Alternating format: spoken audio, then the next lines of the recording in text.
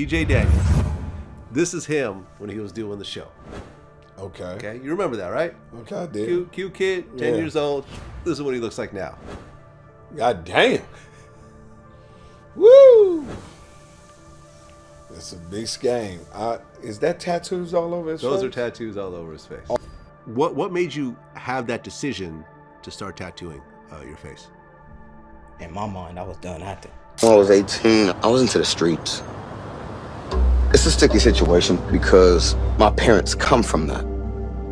So how do you stop things that you really come from? If you remember the sitcom The Hughleys, then you probably remember D.L. Hughley's adorable son who always brought a smile to everyone's face. I love the way that perfume smells on you. Is that Gina Tay? Oh!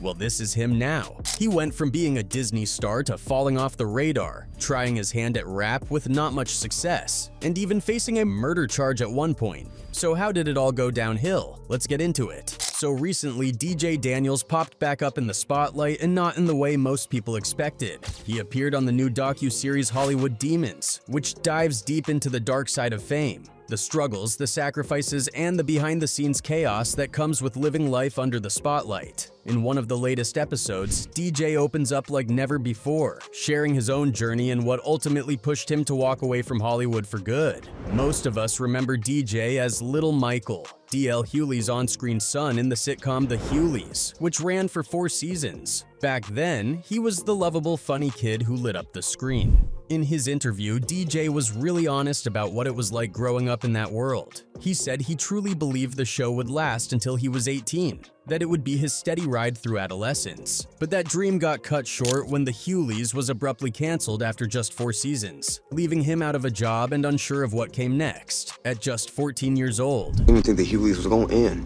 That's how it felt, and that's what I remember. I always remember, hey, I'm supposed to be on the Hugleys till I'm 18. A few years later, he popped up in Disney's Sky High, a fun role on the surface. But behind the scenes, DJ says it didn't really feel like him. He played a nerdy character which he admitted was the total opposite of his real-life personality. I was happy about Sky High, very happy. But it definitely didn't feel like me. I got to play a nerd. Am I really a nerd in real life? Nah. That disconnect started to wear on him. Instead of enjoying his return to the screen, he found himself frustrated, wishing he could land roles that felt more authentic, roles that aligned with who he was, not just what casting directors thought he should be. I wanted to have more street roles. I wanted to have more roles that was more me. And when my agents wasn't sending me things of me, it was like... That frustration kept building. DJ talked about how he eventually stopped going on auditions altogether because nothing coming his way felt right. He didn't see a future for himself in acting anymore. He hit a point where he had to step back and ask himself if he was doing this because he loved it, or because it was expected of him. I just wouldn't even go to auditions because I'm not even feeling that no more. Like, I'm 18, I'm 17, and that acting is just not for me no more. What's even more interesting is that DJ opened up about how it was his parents who pushed him into acting in the first place, hoping it would steer him away from the dangers of street life. And while their intentions were good, he admitted he just wasn't built for that path. He said he went against the grain, and that's where things started to get complicated. A lot of fans who remember him from his TV days couldn't help but feel for him. But how did things spiral so far out of control? Born on October 17, 1988 in Montclair, California, DJ spent his first 2 years in Compton before his father moved the family to the Inland Empire. DJ, affectionately known as DJ, grew up in Fontana. His parents, recognizing his potential, began taking him to acting auditions at a young age. It didn't take long for him to land his first gig.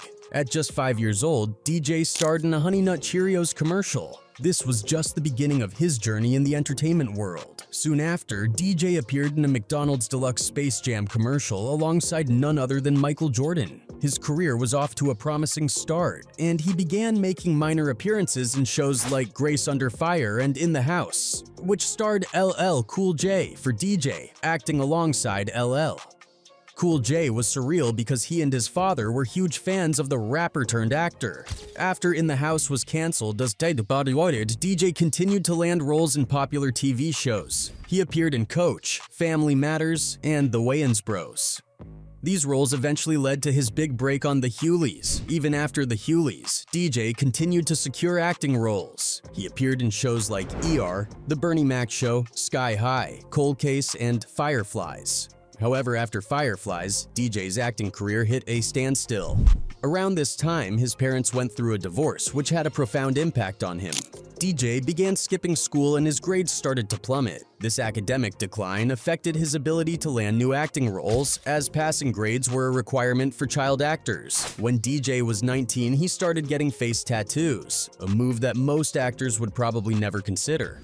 What made you have that decision to start tattooing your face? In my mind, I was done acting. For most actors, their face is their most important asset and primary source of income, so they take excellent care of it. But for DJ, things were different. He felt his acting career was over, so he began filling his face with tattoos. This was partly because he was frustrated with not booking roles. Even his agents had turned their backs on him. By the time I wasn't doing my grades and stuff and I wasn't getting no more gigs, and even my agents was like, all right, we ain't messing with you. I had already put it in my head like, hey, I'm done with acting. I wasn't really getting the gigs that I wanted. DJ felt like he had become another victim of typecasting in Hollywood. After spending 4 years as a kid on The Huleys, he found it nearly impossible to land any parts as an adult. And I was getting other type of gigs, so I wasn't really feeling the acting. I was doing it since I was 5. Right, because you're typecast in a way as the little kid. During this tough period, DJ reconnected with his roots in Compton. He started hanging out with Bop and the Ludak Park Pirates, a black American gang on the east side of Compton. Despite being done with acting, DJ believed he still had a bright future ahead of him and was trying to make a name for himself in the rap industry. Unfortunately, things took a dark turn on August 5th, 2011, at around 2 a.m. DJ was at a sports bar in Stockton with several friends, including Joanne and Marcus. As the night went on, DJ, Joanne, and Marcus began throwing up gang signs at another group in the bar. This group included JJ, Ashley, Kendra, Armad, and Aaron. JJ and his friends were allegedly affiliated with the Crips, while DJ and his crew were Bloods. When the bar closed, gunfire was heard from down the street, unrelated to any of the parties involved. This caused everyone to hurry out of the area. The tension was already high, and this added chaos set the stage for what would become a night from hell. After leaving the bar, JJ saw Marcus, DJ, and Joanne walking in the street and heard them calling out gang language. Marcus, with his fists clenched, approached JJ and asked him where he was from. JJ responded, "Bro, I ain't got nothing to do with that." But Marcus wasn't having it. He took a fighting stance, and DJ, along with Dwayne, who was also standing there, began moving to JJ's side as if to surround him. Several members from G's group rushed to his aid, and a physical altercation broke out between the two groups. The fight escalated quickly and violently. JJ ended up being stabbed multiple times, and his friend Taylor, who tried to protect him during the attack, was also slashed. A young man by the name of JJ ended up getting stabbed to death. Rest in peace. The night, which had already taken a bad turn, became even worse, marking a significant downward spiral in DJ's life. JJ was put into a car and driven to the 500 block of Garfield Avenue, where they waited for the ambulance. But even the ambulance had trouble getting onto the street due to more gunfire happening further down the block. Sadly, JJ Lewis died at the hospital that night. Before this tragic incident, DJ had already had a few run-ins with the law, including outstanding misdemeanor warrants, possession of marijuana, and driving without a license. But those minor charges would soon pale in comparison to what he was about to face. Just a few hours after the murder, DJ was arrested and charged with premeditated murder, gang activity, and other crimes. DJ's attorney quickly filed a motion to dismiss the charges, arguing that DJ didn't know a fight was going to break out and that he wasn't the one who brandished the knife or stabbed JJ. If this motion had been granted, it would have ended DJ's legal troubles. But unfortunately for DJ, the motion was denied. Prosecutors insisted that DJ and his friends had been flashing gang signs, making the murder look like a rival gang hit. According to Vlad TV on YouTube, DJ was only 21 at the time of the stabbing, and the first-degree murder charge alone carried a minimum sentence of 25 years and a maximum of life behind bars, if found guilty. Were you facing life in prison? Yeah. And you're how old at the time? 21. As he was held on a murder charge, DJ was denied bond, but he was determined to fight the charges. DJ moved forward with a jury trial that began toward the end of 2012. In a surprising turn of events, D.L. Hewley took the stand as a character witness for DJ, vouching for his former TV son and discussing the finer points of DJ's life. Well, leading up to the trial, DL, you actually came in as a character witness. Sure. Okay. Whose idea was that? Well, I would have came anyway. How long after the incident did you find out what happened? The next day. The next day. Right. And I should have grabbed his little ass that night. I should have. And to me, I was never just his his TV dad. He was my kid to me, and I should have said something. And the one thing I felt instantly was guilty. Hewley was candid about his own past ties to the Bloods when questioned, which brought its own set of complications. Authorities tried to paint DJ as part of the same gang, suggesting that Hewley's testimony was just one Blood backing up another. One of the things that they were trying to prove was that DJ was a gang member. Right. He was a Blood. Right. You yourself were a former Blood. Right. For sure. So they probably are making it look like, okay, this is that's some gang shit. That's One Blood standing up for another Blood, regardless of guilt. Right. According to RecordNet, during the trial, it was determined that DJ's 26-year-old friend Marcus McClyman was the one who stabbed JJ Lewis. This revelation led to the jurors acquitting DJ and another co-defendant, 27-year-old Dwan Nunley, of all charges. On the stand, McClyman took full responsibility for Lewis's death, absolving DJ and Nunley of any wrongdoing, according to Vlad TV on YouTube.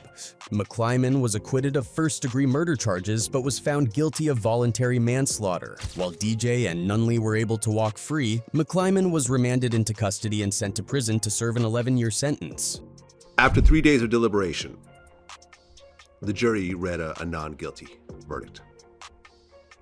How did that feel? Sweet and sour.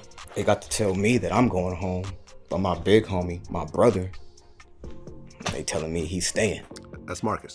These days, DJ Daniels leads a quiet life, and it's still uncertain whether he'll ever get another shot at his acting career. Hollywood, unfortunately, has its fair share of tragic tales involving child actors whose lives and careers took nosedives. Sometimes, it's just a matter of these kids not being able to secure roles as they grow older and their cuteness fades. But other times, the stories take a much darker turn, involving serious allegations and crimes that abruptly end their careers. Let's start with Orlando Brown. Back in the early 2000s, Orlando Brown was a familiar face on the Disney Channel, playing Eddie Thomas on the hit show That's So Raven. He had the charm and talent to captivate audiences, but in recent years, his name has been more associated with legal troubles and substance abuse. In 2016, TMZ reported that Brown was arrested in Torrance, California for assaulting his then-girlfriend in a police station parking lot, of all places. Brown had driven to the station during an argument, where a witness saw the altercation and alerted the authorities. When the police apprehended and locked him up, they found methamphetamine on him.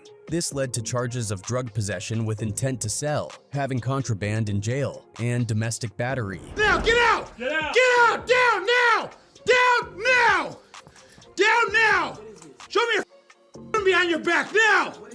You got a warrant for your arrest! Show me your hands!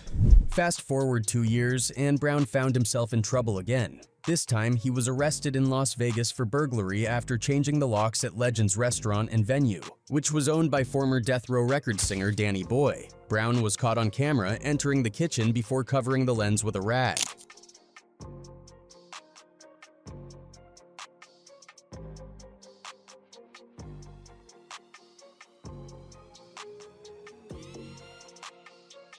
TMZ reported that Brown and Danny Boy were once friends, and Danny Boy pressed charges thinking it might help Brown get back on track. Additionally, in 2014, audio surfaced that allegedly captured Brown's voice threatening a woman, saying, "I'll KU your mama, your daughter, everybody." Brown denied it was him and claimed the woman was a stalker. Despite all these issues, in 2021, Brown announced that he had overcome his drug addiction after attending a Christian-based rehab facility. It was a hopeful turn in his tumultuous life, but his journey serves as a stark reminder of how fame and fortune can lead to a downward spiral. Next up is Marcus T. Paulk, known for his role as the mischievous little brother, Miles Mitchell, on the 90s sitcom Moesha. In 2013, Paulk made headlines for all the wrong reasons when he walked into a Los Angeles jail and turned himself in. He was accused of punching and kicking his girlfriend, Andy Rocks, so severely that she needed hospital treatment for internal injuries. TMZ reported that the former couple started arguing in a Beverly Hills nightclub because Paulk felt Rocks wasn't paying him enough attention.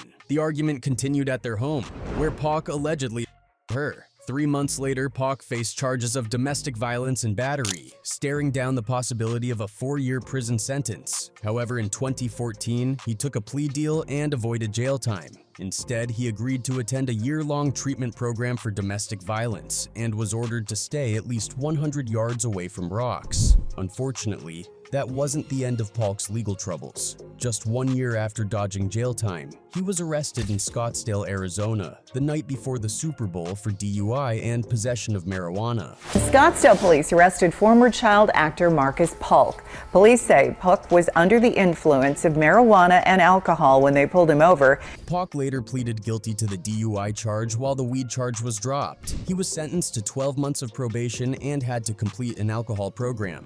Next up is Ryan Grantham. Having started out strong with roles in Diary of a Wimpy Kid and then moving on to shows like Supernatural, iZombie, and Riverdale, it looked like Ryan Grantham had a promising acting career ahead of him. But things took a shockingly dark turn. In September 2022, Ryan was sentenced to life in prison for the murder of his 64-year-old mother, Barbara Waite. He was charged with second-degree murder, which in Canada means an automatic life sentence. The only question for the judge was how long before Ryan would be eligible for parole. The decision? He won't even get a shot at parole until 2036. According to CBC News, this tragic event unfolded on March 31, 2020, when the then 21-year-old actor shot his mother with a rifle while she was playing the piano in their Squamish, British Columbia home. What he did next was deeply disturbing. Ryan filmed himself confessing to the murder, showing Barbara's body in the footage. The next day, he lit candles around her covered body and hung rosary beads from her piano. Then he loaded up his car with weapons and headed towards Ottawa, reportedly planning to kill Canadian Prime Minister Justin Trudeau. This adorable child star is facing serious allegations. Hi, I'm Ryan Grantham. Now he's just pled guilty to shooting his own mother in British Columbia. And he also allegedly had plans to assassinate Canadian Prime Minister Justin Trudeau. But that wasn't his only plan. Ryan also intended to open fire at his school, Simon Fraser University. Instead, he ended up at the Vancouver Police Department where he confessed to the murder. During his sentencing in 2022, Ryan expressed deep remorse, saying, "I cannot explain or justify my actions. I have no excuse. It hurts me to think about how badly I've wasted my life."